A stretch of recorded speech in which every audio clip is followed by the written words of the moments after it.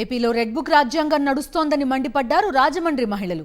కూటమి సర్కార్ అరాచకాలపై అంబేద్కర్ విగ్రహానికి వినతిపత్రం సమర్పించారు. మహిళలపై అఘాయిత్యాలు పెరిగిపోతుంటే CM Chandrababu, deputy CM Pawan, హోంమంత్రి అనిత ఏం చేస్తున్నారని ప్రశ్నించారు. మహిళా హోంమంత్రి ఉన్నా మహిళలు, బాలికలకు రక్షణ లేకుండా పోయిందని మండిపడ్డారు. ఎవరికి ఏం నచ్చితే అది మాట్లాడవచ్చు. తర్వాత తప్పు అయితే క్షమాపణ కూడా ఆ ఛానల్లో చెప్పించారు. అది ఏ రకంగా దాన్ని రాద్ధాంతం చేయాలి, ఈరోజు వాళ్ళకి పబ్లిక్లో పేరు లేదు. సో ఏ రకంగా డైవర్షన్ పాలిటిక్స్ తీసుకురావాలని చెప్పి ఈరోజు మహిళల్ని అన్యాయం చేస్తున్నారు, మహిళల యొక్క మనోభావాలు దెబ్బతీస్తున్నారని చెప్తున్నారే. ఈరోజు మహిళా హోంమంత్రి నేను ఒకటే సూటిగా ప్రశ్నిస్తాను. మరి గతంలో మరి జగనన్న సీఎం కింద ఉండగా మరి మీరు భారతి గారిని, విజయమ్మ గారిని ఇష్టం వచ్చినట్టు దూషించారే. మరి ఆ రోజు ఆవిడ మహిళ కాదా? మరి విజయమ్మ గారు మహిళ కాదా?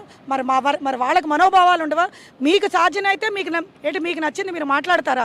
ఈరోజు ఇన్ని జరుగుతున్నా సరే మహిళా హోంమంత్రి కింద ఆమె ఎక్కడా కూడా మైక్ ముందు వచ్చే తన్మయ్ గురించి కానీ, ఈరోజు జరుగుతున్న అరాచకాల మీద కానీ, లా అండ్ ఆర్డర్ మీద మరి సమీక్ష కూడా చేయట్లేదు. ఖచ్చితంగా కూటమి ప్రభుత్వం చేసిన అరాచకాలు ఈరోజు ఆంధ్ర రాష్ట్రంలో మహిళలందరూ చూస్తున్నారు, నడుం బిగిస్తున్నారు. మరి త్వరలో బుద్ధి చెప్తారని తెలియజేస్తున్నాం.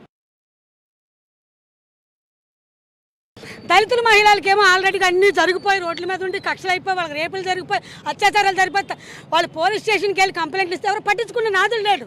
అంటే అంతా కూడా ఇప్పుడు రాజ్యాంగం అంతా కూడా మార్చేసి రెడ్ బుక్ రాజ్యాంగం, వాళ్ళ కేసులు మనం పెట్టినా వాళ్ళు తీసుకోరు. మన ఇంట్లో ఉన్న పడుకున్న మహిళల్ని కూడా కొట్టి తీసుకెళ్ళిపోతారు. జెంట్స్ని కూడా మనం ఎవరైతే వైఎస్ఆర్ జెండా వేసుకున్న మహిళని ఉంచరు. ఎవరైతే మగవాళ్ళు ఎవరైతే జెండా వేసుకుని పార్టీలో వర్క్ చేసిన వాళ్ళు కూడా ఉంచరు. ఎప్పుడైతే వైఎస్ఆర్ పార్టీ వాళ్ళందరి మీద కూడా కేసులు కట్టాలని ఈ ప్రభుత్వం నిర్ణయించుకుంది కాబట్టి అది దానికి మాత్రం మేము తప్పుగా ఖండిస్తున్నాం. ఎందుకంటే సాక్షి పేపర్లో డిబేట్లు జరుగుతూ ఉంటాయండి. వాళ్ళు మాట్లాడతారు, మేము మాట్లాడతాం, డిబేట్లో ఏదో మాట్లాడతాం. కానీ అది డిబేట్ పెట్టే వాళ్ళకి ఏంటి సంబంధం?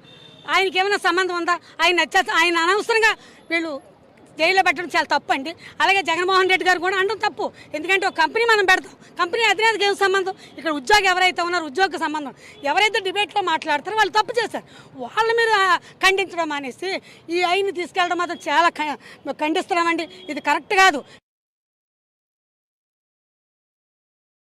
మాకు ఈ రాజ్యాంగం కావాలి, అంబేద్కర్ రాజ్యాంగం కావాలి. మహిళల మీద మాకు న్యాయం కావాలి. మహిళల మీద అత్యాచారాలు పెరిగిపోయినాయి, హింస జరుగుతుంది, లా అండ్ ఆర్డర్ పూర్తిగా నశించిపోయింది. ఇంకో విషయం, ఏదైనా ఒక డిబేట్లో ఏదో ఒక సబ్జెక్ట్ వస్తుంది, సబ్జెక్ట్ మీద మాట్లాడిన వ్యక్తి ఏదో మాట్లాడినా క్షమాపణలు వెంటనే కేఎస్ఆర్ చెప్పినా కూడా ఈరోజు ఆయన ఒక పొరపాటు ఒక మాటే అన్నాడు, అయిపోయింది ఆడికి. దీన్ని 3 రోజులు తిప్పి ఆ పసుపు ఛానల్స్ అన్ని తిప్పి భారతీరెడ్డి గారు ఫోటో పెట్టి, ఒక మహిళ కాదా ఆవిడ? అవునొచ్చి మీకు తెలుసా?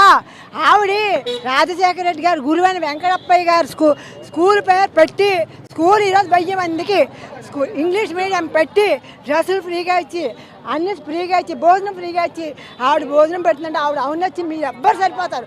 మొత్తం సిటీ మొత్తం రాష్ట్రంలో భారతీరెడ్డి గారు అవునొచ్చిన దగ్గర కాళ్ళ గోటి కొడలేరు సరిపోరు. అటువంటి మనుషులు భారతీరెడ్డి గారిని ఇలాగ అన్నారంటే మహిళలందరూ, వైఎస్ఆర్ మహిళలందరం కూడా కట్టగట్టుకొని రేపు సీఎం ఎక్కడైతే ఉన్నాడో సీఎం ఆఫీస్కి ధర్నా చేస్తున్నాం. ఖచ్చితంగా